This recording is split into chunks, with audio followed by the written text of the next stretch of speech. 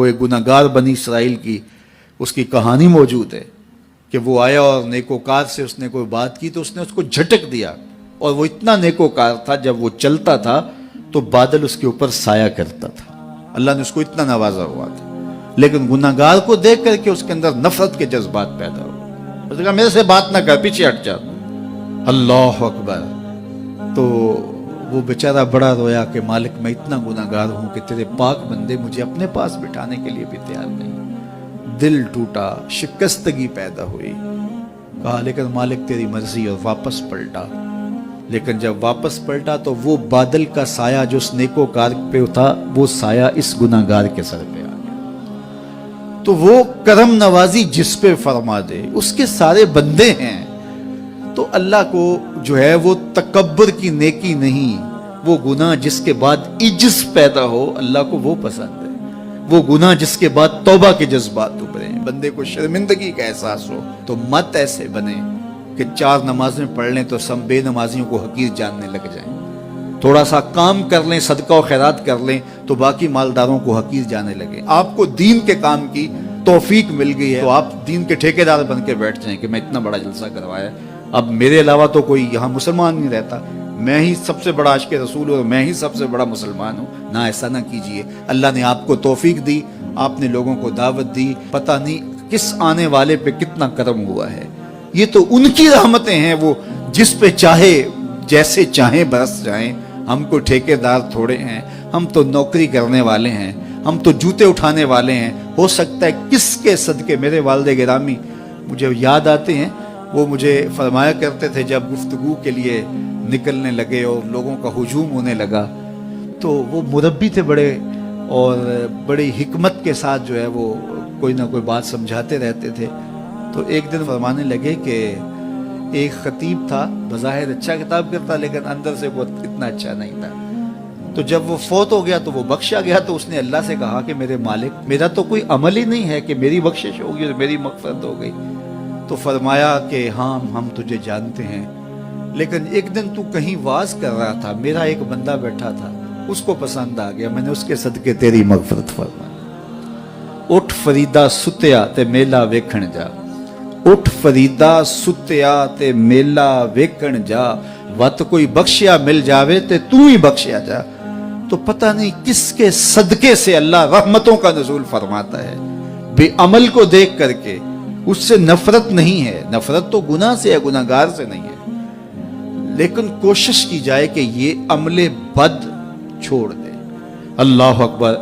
ایک جنازہ گزرا اور وہ جنازہ کسی غیر مسلم کا تھا، تو چشمان رحمت میں آنسو آ گئے، تو صحابہ نے پوچھا کہ حضور یہ یہودی ہے یا عیسائی ہے، کوئی اس کا جو مذہب تھا وہ بتایا، تو فرمایا کہ مجھے اس بات پہ افسوس آیا کہ یہ اسلام نہیں لا سکا اور کفر کی حالت میں مر گیا، تو اگر یہ اسلام لاتا اور جو ہے وہ جنت کی راہوں کا مسافر ہوتا تو کتنا اچھا۔ یہ اس کے ساتھ بھی ہمدردی ہے۔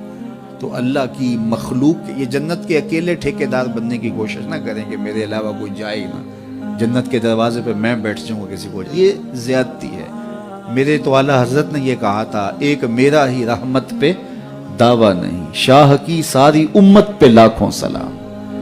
تو اس لیے امت سازی کی ایک تو کوشش کریے، اپنے اندر باہمی چھوٹے چھوٹے نزاع اختلاف، یہ انسانی فطرت ہے، انسان کے اندر طباع کے اندر اختلاف ہے، ترجیحات کے اندر جو ہے وہ اختلاف ہے، اپنے اپنے مزاج کے اندر تفاوت ہوتا ہے۔ تو ایسا نہ ہو کہ چھوٹی چھوٹی باتوں سے آپ جو ہے وہ امت کو پھاڑ چیر کے رکھ دیں، نہیں، بلکہ امت کا جو تصور ہے اس کو قائم رہنا چاہیے۔ تو گناہ کے بعد جب انسان کے اندر ندامت کا اظہار ہوتا ہے، وہ جو آنسو ٹپکتے ہیں، بندہ اپنے آپ کو چھوٹا سمجھتا ہے، میں اتنا گناہگار، میں پاپی، میں مجرم، میں میلا اتھرو، جب وہ اپنے آپ کو دیکھتا ہے کہ میں اتنا برا شخص ہوں، تو پھر اللہ کی رحمتیں اس کے اوپر متوجہ ہوتی ہیں۔ تو اس کو پسند ہے کہ جب بندے اس کے حضور عاجزی کرتے ہیں، اس کے حضور معافی مانگتے ہیں، تو مت کسی کو حقیر جاننا کہ یہ گناہگار ہے، نہ جانے اس کا انجام کیا ہو۔ کتنے گناہگار ان کا آخر اچھا ہو جاتا ہے، کتنے نیکوکار ان کا آخر اچھا نہیں ہوتا۔ انما الاعمال بالخواتیم، وہ تھی تو فاحشہ عورت لیکن ایک کام کیا کہ ایک کتے کو پانی پلا دیا، اپنے دوپٹے سے جوتا باندھ کر کنویں میں لٹکایا اور اس کو پانی پلا دیا۔ حدیث پاک میں آتا ہے اللہ اس کے صدقے سے اس کی خطائیں معاف فرما دی۔ اور ایک نے بلی کو مار دیا خاتون کو، اور وہ جہنم کی آگ میں جلنے لگی۔ اس لیے کون کس کا انجام کیا ہوتا ہے؟ ہمارے بزرگ فرماتے ہیں کہ بچے سے پیار کرو کہ اس کے گناہ کم ہیں، اور بڑے سے پیار کرو اس کی نیکیاں زیادہ ہیں، اس کی نیکیاں زیادہ ہیں۔ چھوٹے سے اس لیے پیار کہ اس کے گناہ کم ہوں گے، اور بڑے سے اس لیے پیار کہ اس کی نیکیاں زیادہ ہوں گی۔ اور اسی طرح جو ہے وہ خیال کرو کہ ہو سکتا ہے اس کا انجام بخیر ہو جائے اور اس کا آخر کتنا خوبصورت ہو۔ تو مت کسی کو حقیر جانیے گا۔ ایک میرا ہی رحمت پہ دعویٰ نہیں، شاہ کی ساری امت پہ لاکھوں سلام۔ تو حضور کی امت سے پیار کرو، مخلوق خدا کو جوڑنے کی کوشش کرو۔